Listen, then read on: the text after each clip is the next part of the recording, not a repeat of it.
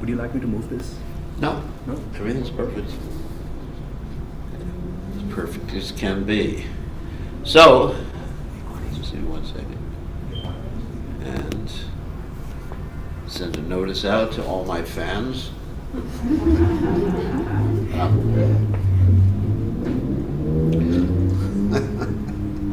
Sannyasi with fans. Sorry. Yeah, I want to keep my teeth. So,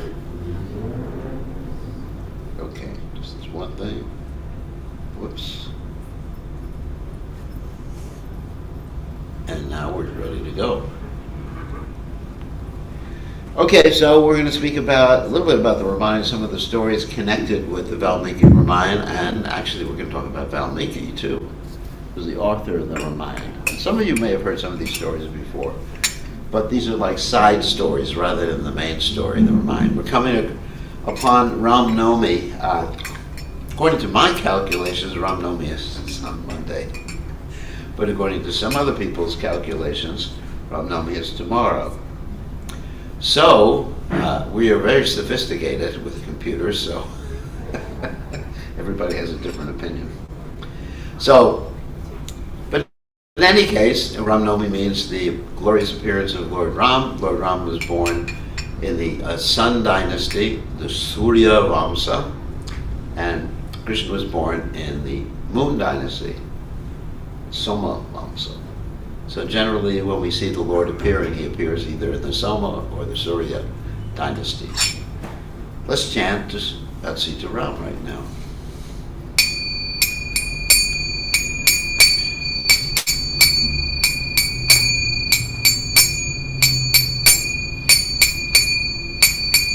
Sita Ram, Jaya Sita Ram.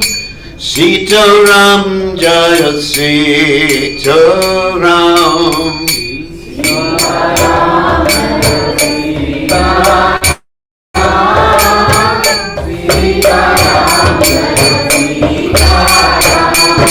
Sita Ram, Jaya Sita Ram. Sita Ram, Jaya Sita Ram.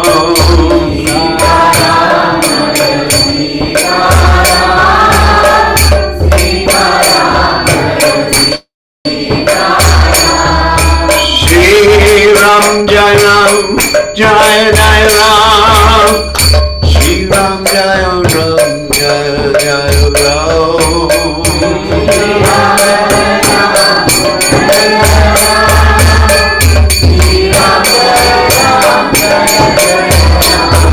Shri Ram Jai Ram, Jai Jai Ram, Shri Ram Jai Ram, Jai Jai Ram.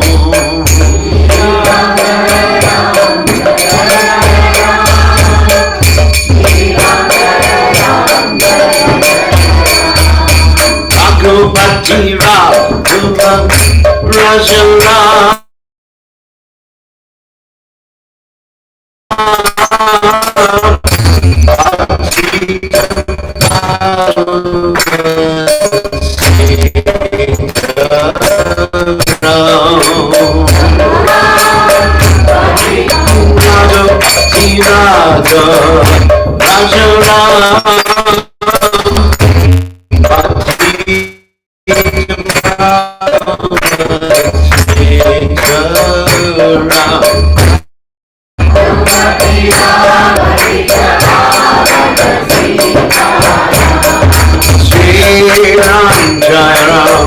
Jai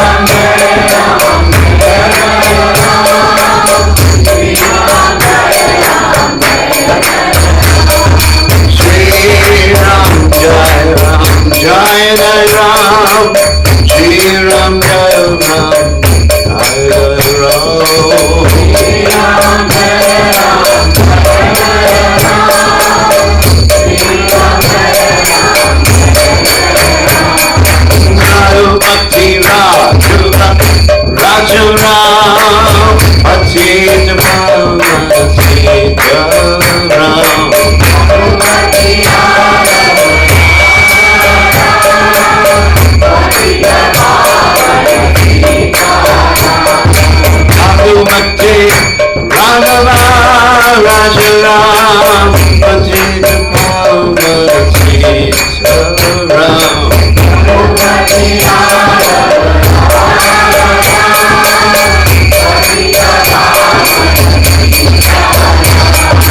Shri Ram Jai Ram Jai Jai Ram. Shri Ram Jai Ram Jai Jai Ram. Shri Ram Jai Ram Jai Jai Ram. Shri Ram Shri Ram Jai Ram Jai Jai Ram. Shri Ram Jai Ram Jai Jai Ram. Shri Ram Jai Ram Jai Jai Ram. Shri Ram Jai Ram Jai Jai Ram.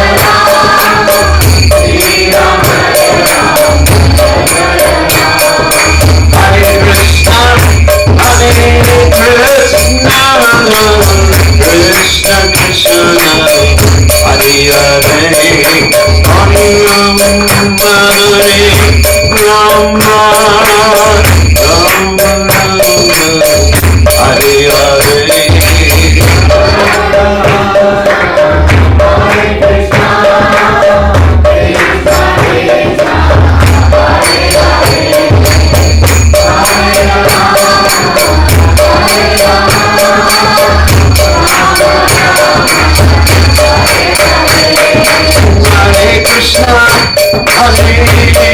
Krishna, Hare Krishna, Krishna Krishna, Hare Hare, Hare Rama, Rama Rama,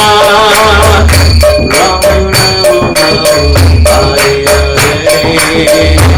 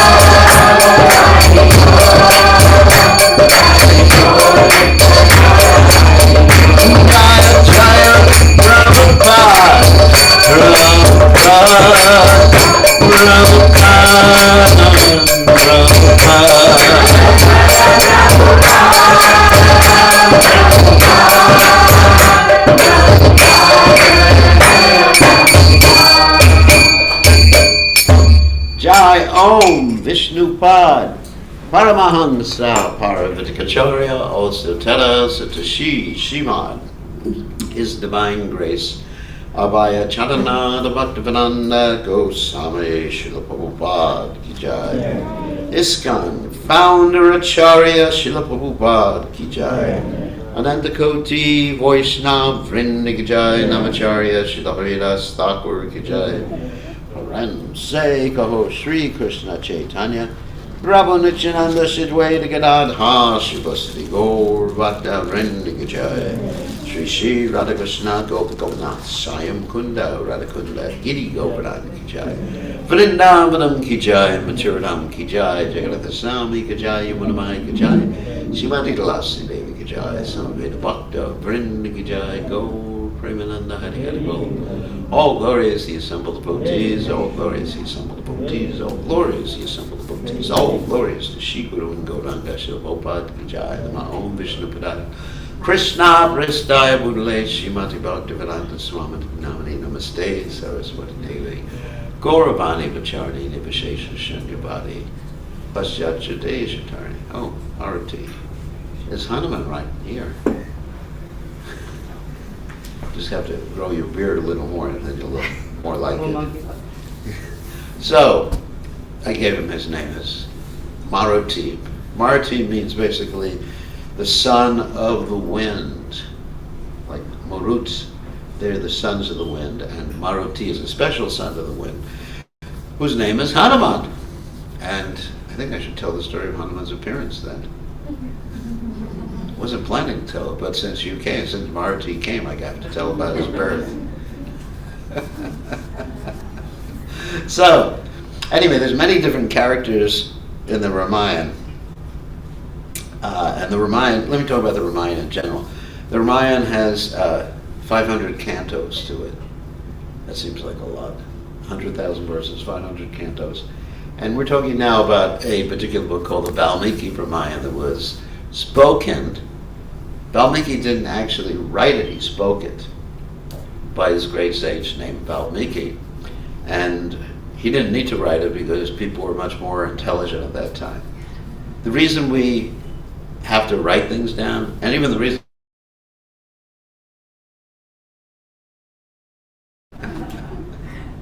if you have perfect memory, you don't need to write anything down, right? Everything's... So anyway, so he spoke the Ramayana, but he had to be realized in the Ramayana because he saw the Ramayana in his heart. That's how he saw the Ramayana and wrote down the Ramayana. It's not that someone told him, or there was a disciplic succession. Actually, the pastimes of Lord Ram are eternal, but that's not how Valmiki understood the pastimes of Ram. He understood it through direct realization in his heart.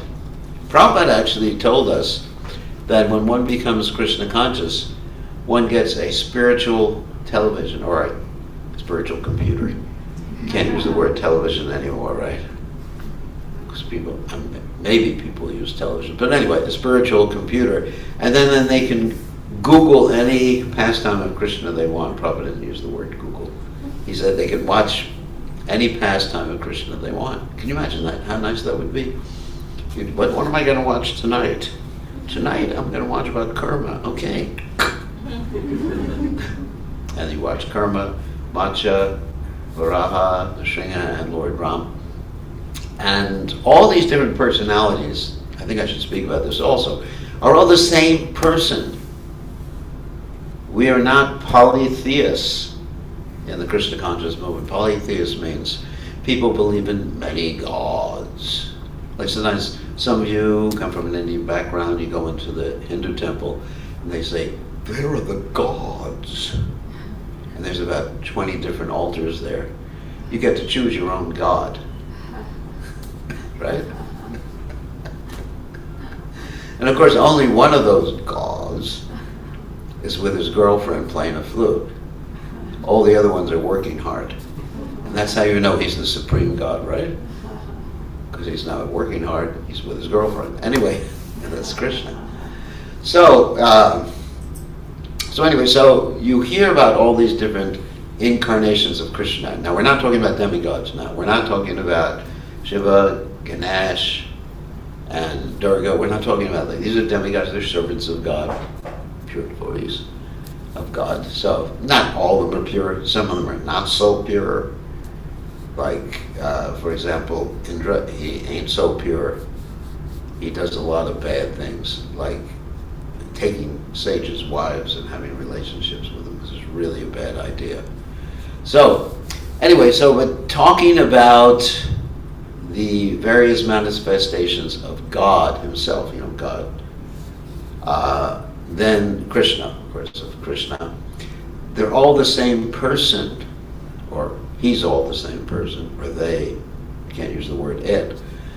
Same person acting differently, simultaneously, in different ways. That's pretty interesting. Each and every one of us, we can act differently in different circumstances, right? But not simultaneously. You could be at work, you could be at home, you manifest your personality differently according to where you are, but you're not doing it at the same time. That's it. But Krishna can do billions, trillions, unlimited things in different circumstances, acting differently in the same transcendental body, which is non-different from himself, and at the same time. That's pretty amazing. So when we talk about Rama and Krishna are the same person. No difference. And we talk about Sita Devi, the consort of Lord Rama. She and Radharani are the same person. We say expansion, but what we actually mean when we're talking about what's called the Shakti, or the potency of the Lord, like Radharani, she's the Adi Shakti. We are talking about the same person acting differently in different circumstances. So when Krishna is at home, he plays his flute and dances with his girlfriends. And when Krishna is at work, he's breathing out and all the universes are coming out. That's the Mahavishnu. And he manifests himself as the Garbhodaksha Vishnu and as the Shirodaksha Vishnu. So Krishna in different circumstances. So that's Ram. So let's get back to Valmiki. Valmiki, in the beginning, he wasn't a devotee of Ram. He was a devotee of his family. Nothing wrong with that. But exclusively, oops, oh, gotta charge it. Exclusively, he was a devotee of his family.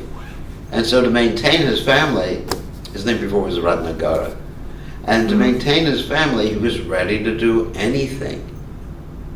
Just like you see nowadays, people to maintain their family, they open up liquor shops here. We just went by a liquor shop, open all night, like that.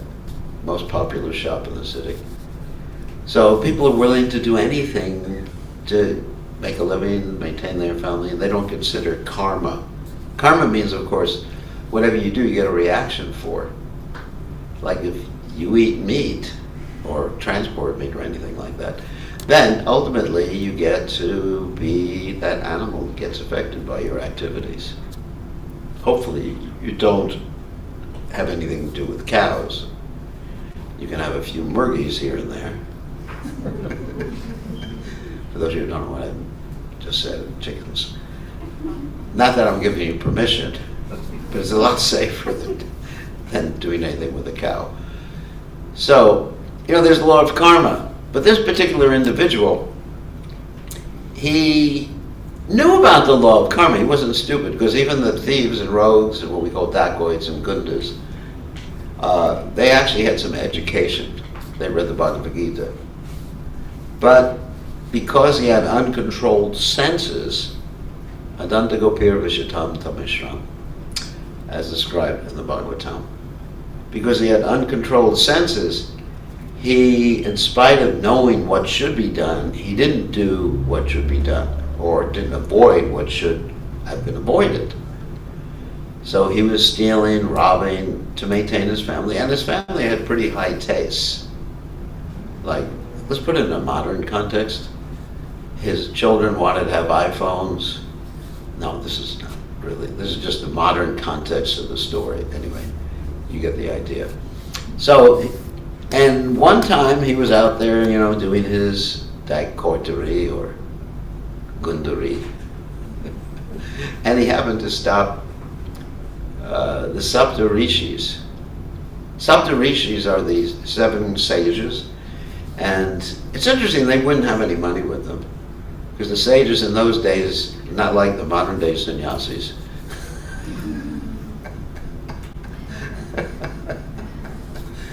Inside joke. So anyway, they're not like the modern day sannyasis who have all sorts of credit cards. So they had nothing. And so he stopped them and he said, "Give me your money." And they said, "Do you know what you're doing has a very heavy karmic reaction to it?" And he said, "I know that." And they said, "Well, why are you doing it?" He said, "Because my family needs things." Okay. All right, so if your family needs things, they should be willing to share the burden, right? So why don't you ask them? And he said, of course they're going to share the burden with me. My wife loves me like anything. My daughter, my son, they love me like anything. So anyway, so he goes back to his wife and says, Priya. That's how you call your wife. You shouldn't call her by your name. It should be Priya. And for those who don't know, that means dear. So he says, would you share some of my karma? She says, hell no. Your business is to buy me new saris. And he gets really disappointed. He said, what happened to our love? And she said, your love for me is shown by what you get me. This is business exchange. So then he goes to his son and daughter, gets a similar response from them. And he goes back to the Saptarishis. And he basically tells them he's very disappointed. And not only disappointed, the poor guy is completely depressed. You serve someone your whole life, and they tell you, basically, you suffer. We're only interested in what you give us. We're not interested in you. We don't really, in essence, that's what they're telling him. We don't really care for you. We just care for what you give us. Business exchange. I scratch your back, you scratch my back. So he says, well, what can I do? And they say to him, you should chant the names of Lord Ram. And he said, that's impossible, because basically I have no taste for chanting. Because one who is a killer of the animals or a killer of the soul, they're never attracted to Krishna's holy names or Ram's holy name. In the Bhagavatam, we have this very nice verse. Nivrita Tarshara Upagiyavanas Pavosha Shotrapano Viramat Kavutama Shloka Gunana Padat Uman Vidajeta Banal Poshutnat. Basically, in essence, that verse states that those who are killers of animals, they don't have attraction for the pastimes of Krishna. Because, why is that? Because you have bad karma, and also because you're influenced by the mode of ignorance. Food is of different modes, according to Krishna and the Gita. And people eat food like meat or stale or decomposed food. They're the mode of ignorance, and your mind is covered. These modes of nature are subtle forces in this world, and these subtle forces influence how we see things, just like filters. Like if you have a red filter, if I have red glasses on right now, everything would be red in the room. Or as they say, see the world through rose-colored glasses. Just like people come here, the Gold Coast, and they look at everything and say, how beautiful it is. We're going to have a vacation here. We're going to stay in a hotel. And they're seeing the world through the mode of passion and ignorance. And then I look at the world, sorry if I'm offending anyone. So I look at all these passionate activities, and I said, ew, I'd rather be chanting Hare Krishna somewhere. Anyways, people, anyway, sorry about the humor. So, people have this idea about vacation, because their life is so miserable. If they can stop the misery for a little while and do something that's not so miserable, a relief, or changing things, it was called Bhagavatiyaga and Chapala flickering happiness. So, anyway, getting back to the story. He's not attracted to chanting the name of Ram. Just like, I'll give you an example, actually with one of my parents, who they're no longer alive. My mother, she couldn't say the name Krishna in the beginning when I first joined the Krishna conscious movement. I introduced her to this one lady in our temple. Her name was Krishna Priya, and she couldn't say Krishna. She just couldn't say it. It didn't come out of her. Eventually, after 200 years in the Hare Krishna movement, my devotional service infected her, so she was able to say Krishna. Actually, this is an interesting story. My mother passed away recently, but interesting story. During the final days, I was having a conversation with her on the phone. She said, my dear son, you know something? I'm a Hare Krishna. She had lost her memory. Not that that was bad. She said, I'm a Hare Krishna. And I said, Mom, did you know I'm a Hare Krishna too? She said, oh, I didn't know that.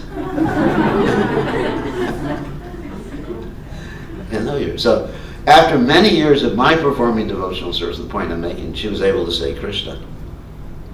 Because it's hard for people.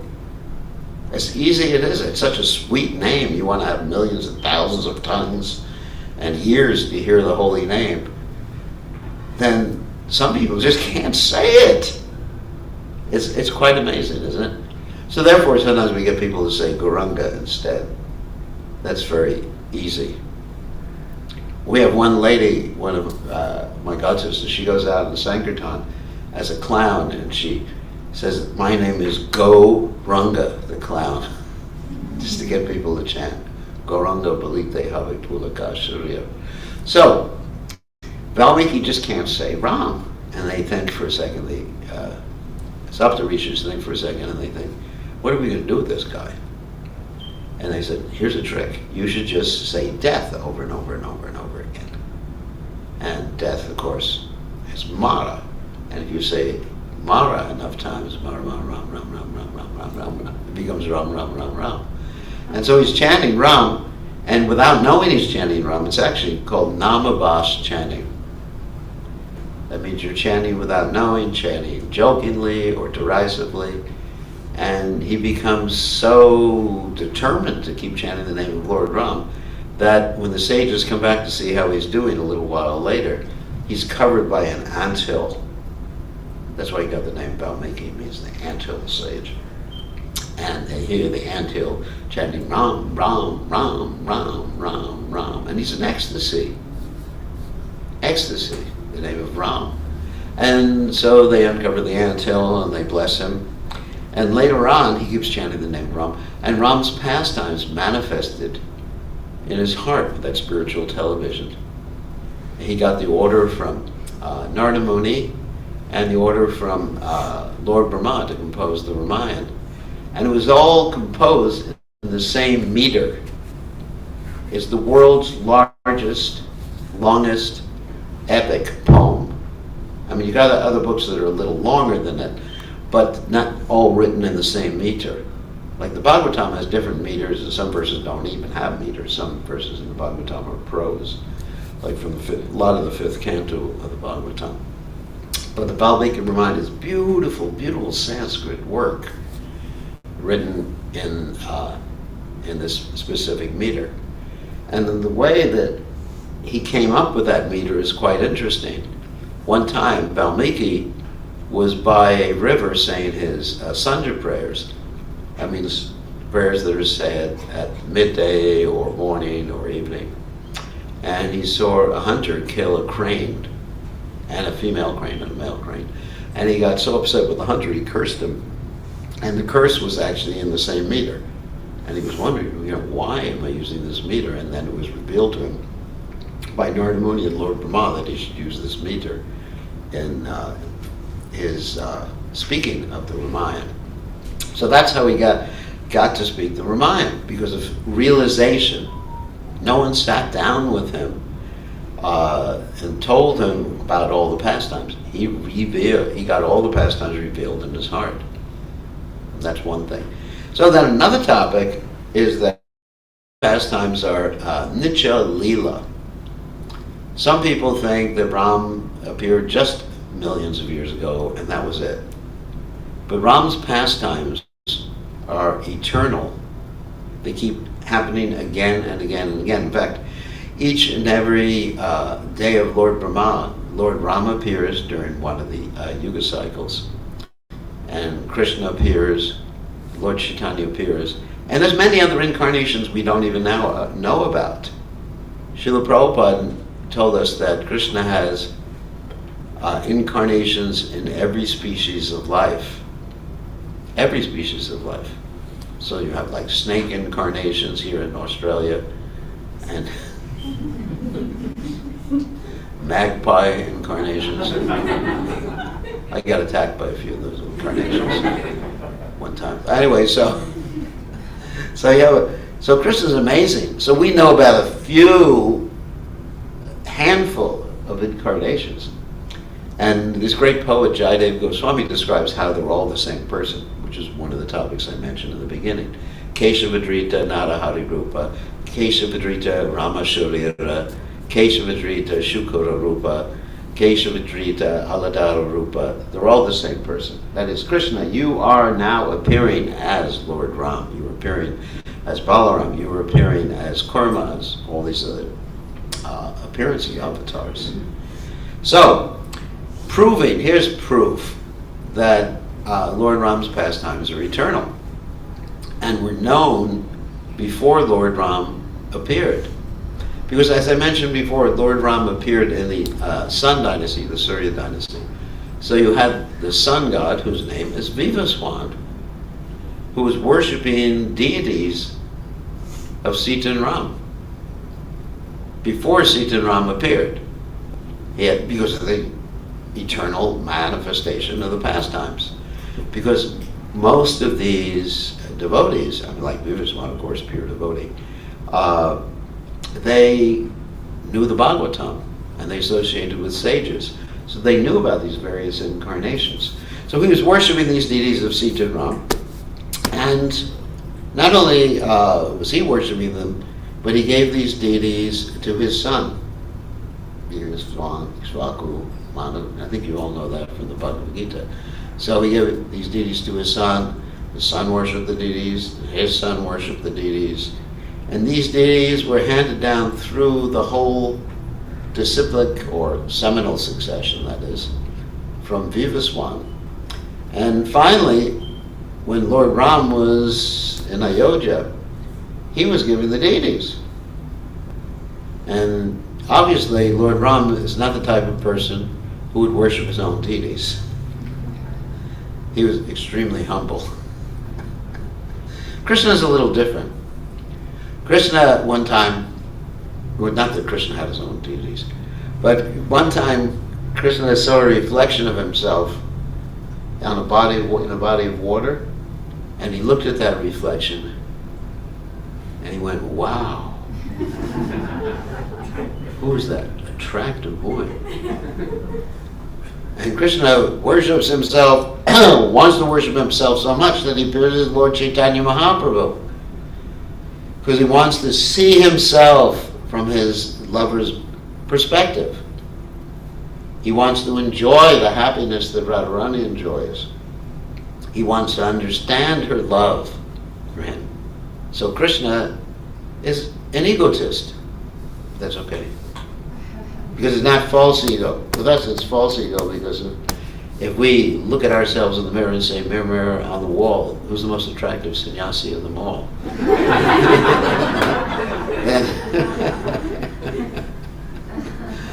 then, I'm in trouble. But that's false ego because this body that I'm looking at is what? Tridaduke, biomucus and air, and it's getting older every minute. And so, but Krishna has a Satchidananda Vigraha body. So there's no question of false ego for Krishna. So it's nice that Krishna loves himself. No, we should love ourselves too, but not love the material aspect so much. So, but Lord Ram, he's not like that. So he had these deities of himself and Sita, and he put them in a closet. I'm not going to take care of them right now. At the same time, there was a Brahmin in the kingdom. This was after Lord Ram came back from killing Ravan. And there was a Brahmin in the kingdom who had taken the vow that he would not eat until he saw Lord Ram every day. It's like sometimes devotees, they have deities. I'm not going to eat until I feed my deities first. So his deity at that point was Ram. Of course the deity is not different than Krishna, not different than Ram, but it was actually Lord Ram there.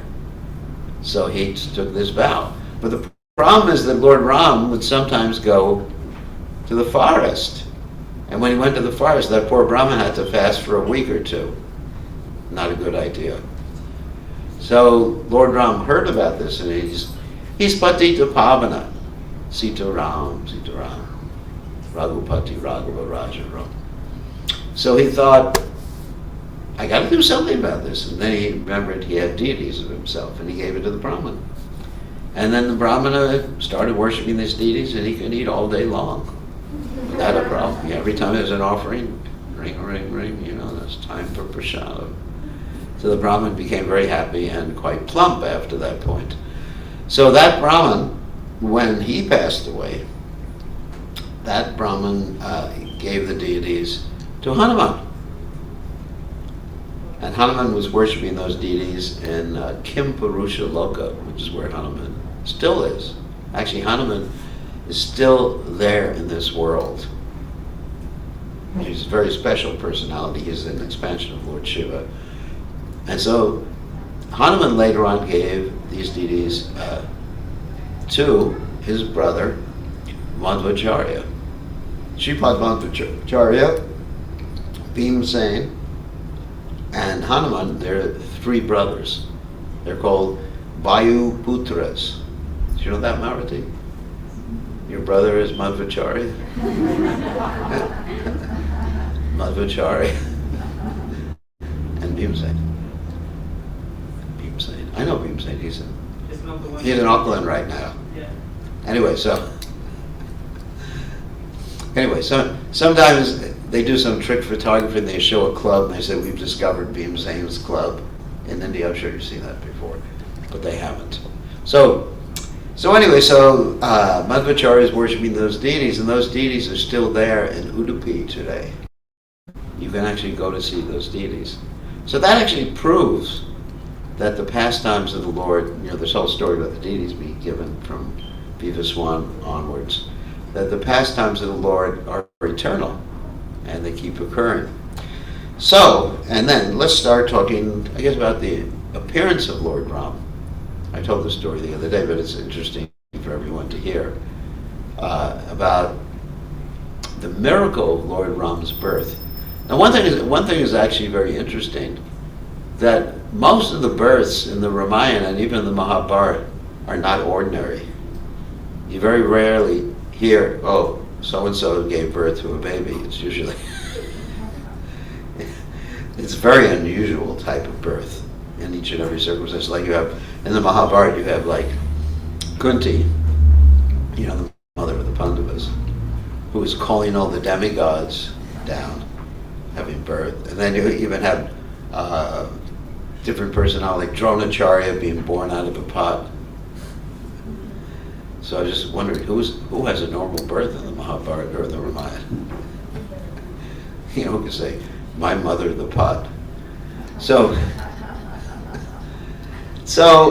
getting back to the story of Lord Ram's birth, there was King Dasarath, and in Ayodhya, and he was called Dasarath. Everybody's name is very important in the Valmiki Ramayana and also the Mahabharata and the Bhagavatam, because the word Dasarath means 10 chariots, with the ability to fight in 10 different directions with 10 different chariots, something like that. So Dasarath was the king, and as the king, he was very interested in having a son. And so, why did he want a son? So that he would have someone to take over the kingdom. Because at that particular time, there was something called primogeniture. That means your firstborn actually became the next king. And it wasn't an absolute dictatorship. It was actually based upon checks and balances. The Brahmanas had the ultimate power. The Brahmanas could depose a king, and the Brahmanas could tell the king not to choose someone as the next king. And the Brahmanas had no conflict of interest. It's not like nowadays, Kali Yuga Brahmanas. They do a sacrifice and they have a charge sheet for it. Would you like to have a name given to your son? Okay, $500 for Namakarna. I'm sure some of you have seen this before. Brahmana, that's Kali Yuga. Because a Brahmana is supposed to live practically by the mercy of Krishna. Just like there was one great Brahmin, Prime Minister Chanakya, as some of you may know.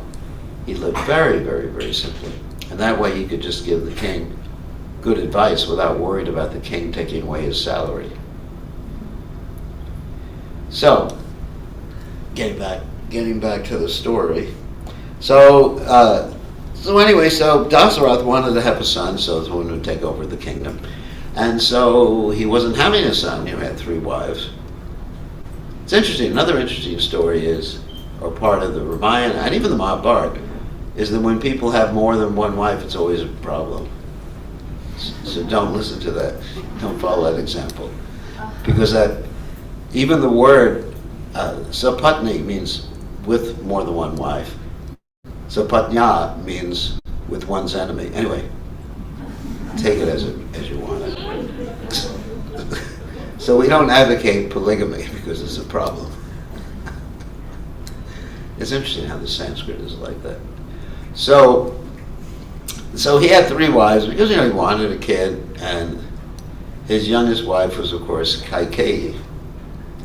And he was most attracted to her because she was young. The other ones were older. Kausalya and Sumitra. So, but he kept trying, and no son came. A daughter came. Her name was Shanti, and he loved her, but he had a friend, another king, whose name was Romapad, which means the king with the hairy feet. Romapad. Everybody's name is quite interesting. And so he gave his daughter away because he really wanted a son, and anyway, he wasn't liberal enough to make her the queen. So he gave his daughter to Romapad to raise as his daughter. And so Ramapad was very happy about the whole thing. But Dasarath was very upset because he couldn't have a son. And he said to his followers, we have to do an Ashwamedha sacrifice to solve this problem. But then one of his followers, Sumantra, that means like the prime minister, he said to him, no, the 4 Kumaras had informed me that we were supposed to do a putra kameshti sacrifice to get a son. And he said, yes, but there's a problem. We can't do this putra kameshti sacrifice. And actually, Vashishta Muni was the minister or priest of the dynasty. So Vashishta Muni told him, you can't do the sacrifice unless you have a priest who's never seen a lady his whole life. That's pretty difficult. Most of us have mothers. Nowadays, of course, you could be born in a laboratory, like test tube baby, something like that.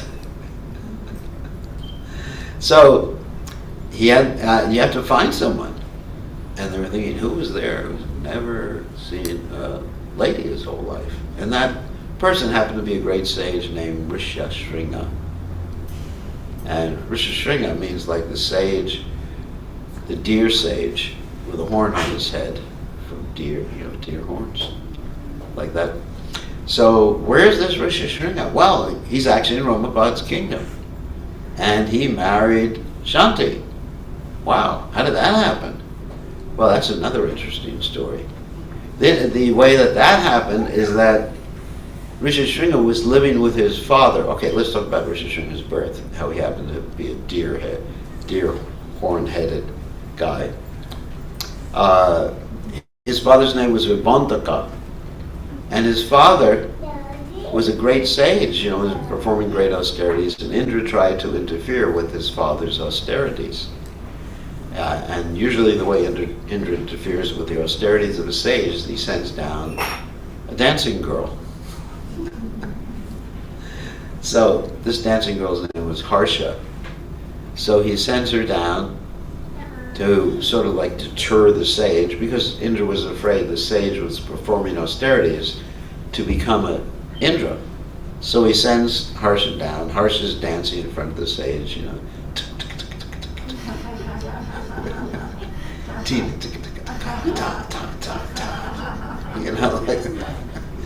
Bharatanatyam. So he dances in front of the sage, and the sage is just yawning. He's a pretty detached guy, Because that's what happens when you perform devotional service. You become nirapeksha. You don't really, so what? Keep dancing, lady, whatever. A different thing happened with Visvamitra Muni, who was also in the story of the Ramayana. When Menaka came and danced for him, he forgot about his austerities. But this particular sage, Vibhantaka, didn't forget about his austerities. And he said, "Go away, lady." And she said, "No, you have to give me a son." And so he took some of his genetic material and gave it to her. She said, "This is not what I was supposed to do." And she just gave it to a deer, and the deer gave birth to a little boy with deer horns on his head. But by that time, the father was so upset with, with this lady who tried to lure him away from his austerities, he developed extreme chauvinistic tendencies. Really chauvinistic tendencies. He didn't ever want to see a woman at all, so he sort of banished all the women from the forest. And you may think this is, I never heard about that before, but even in Greece, there's a place where they banished all the women. Does anyone hear about that before? There's a place called Mount Athos. You can look it up, Google it later on, where no women, because there's a bunch of monks living there, so they don't even allow cows. Bulls are okay, but cows are not all right. It's really interesting how people can just get to that point like that. But someone who's Krishna conscious, Vidya Vinaya Sampane Brahmani Gavi Hastani Shuri Chavis Vapaki Pandita Samadarshana. You don't see the external bodies. Say man, women. I mean, obviously you're aware of them, but at the same time, it's not. So what? So you drive around one type of car, a Toyota, and I drive a Tesla, so what? It doesn't matter. You got a pink car, I got a blue car. We're not this car. But sometimes people who are very chauvinistic think that people are their bodies. It was actually fun. We were talking about this before. In ISKCON, sometimes if you run into someone who's chauvinistic, the men are not their bodies, but the women are their bodies.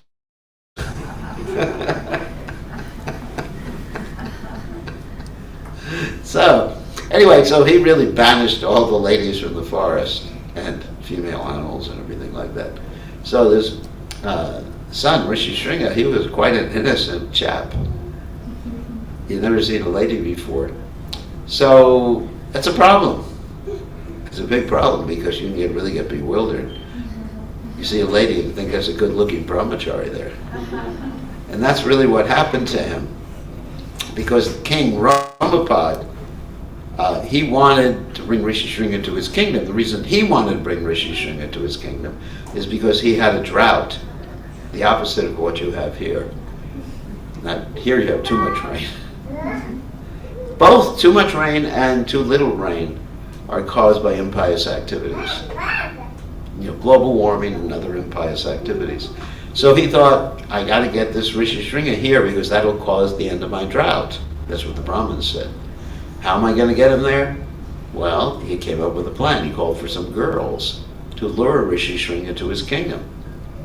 And several of them said to him, one in particular said, if you give us some money and we construct a floating ashram that'll float on the river, then we can bring him in that ashram downriver to your kingdom.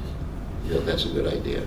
Okay, so they got this floating ashram, somehow or other went upriver, close to where Rishi Shringa's ashram was and Vibhantaka's ashram was.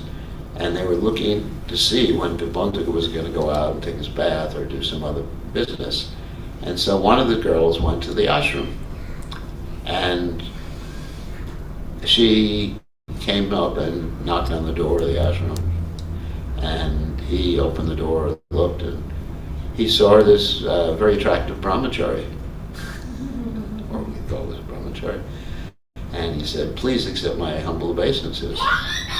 He didn't say, all glories to Prabhupada, but he said, please accept my humble obeisances. And so she said, in our country we offer obeisances like this and lingana, embracing. So he thought, well, this is pretty good obeisances, He didn't know what he was experiencing at that particular point. He was a pretty innocent guy. He had romancha. His hair stood on end. So anyway, so then then she left because Vibhuntaka, his father, came back. She ran away before Vibhuntaka saw her, but Vibhuntaka was shocked to see how dazed his son was. His son was just like, his eyes were looking like, I thought, oh, maybe he has COVID.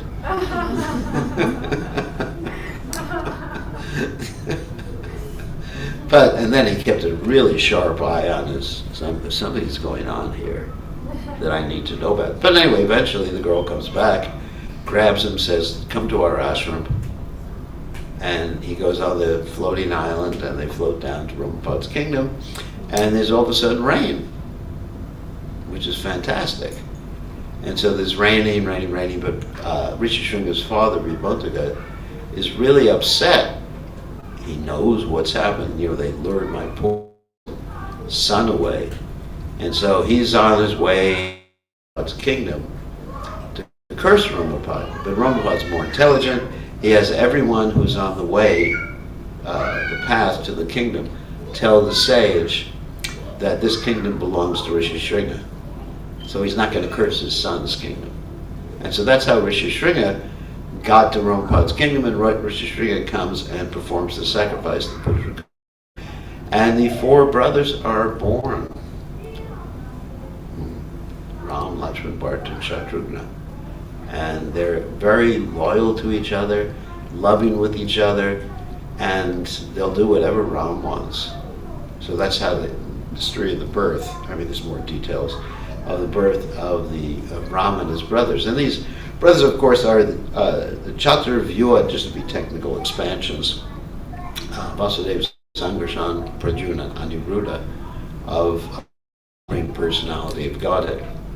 One more story. Actually, a lot more stories, but one more story we have time for. Yeah. There's the story of the birth of Hanuman. Everyone loves Hanuman. So Hanuman, of course, I mentioned before, is the son of the wind, but he's a lot more than that.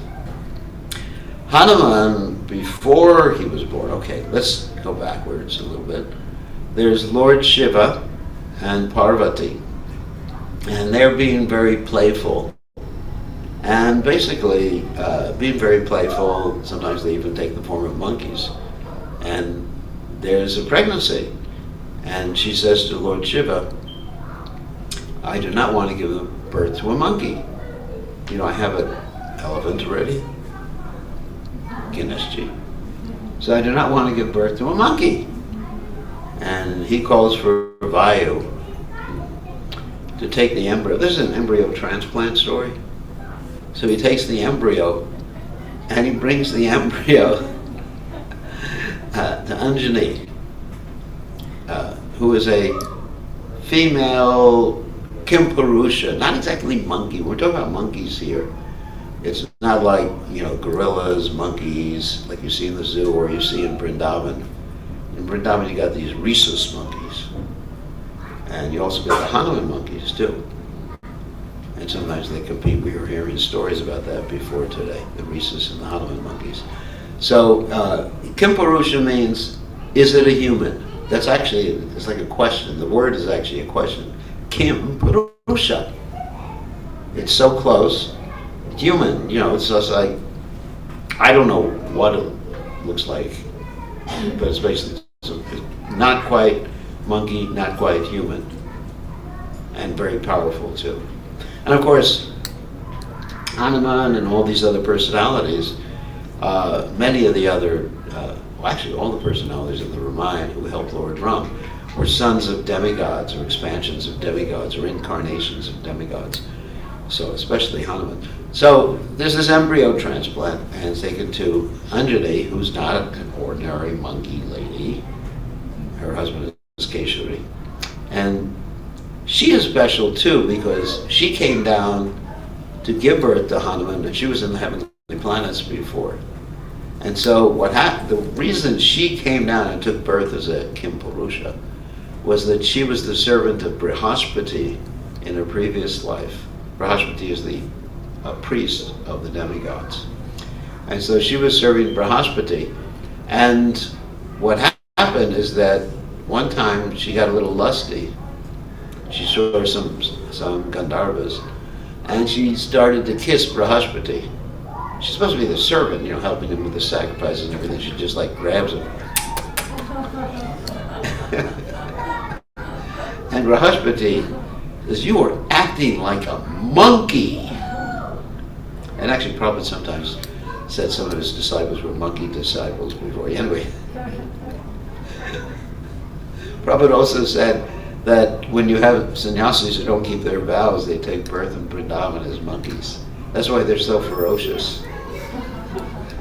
Because they still want respect.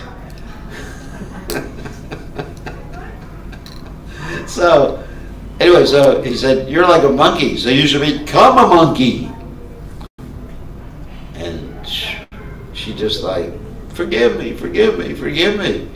And he says, "All right, when you give birth to Hanuman, you can come back." All right, so then fast forward. She gives birth to Hanuman, and Hanuman comes out, and he says to his mother, "Where's the food?"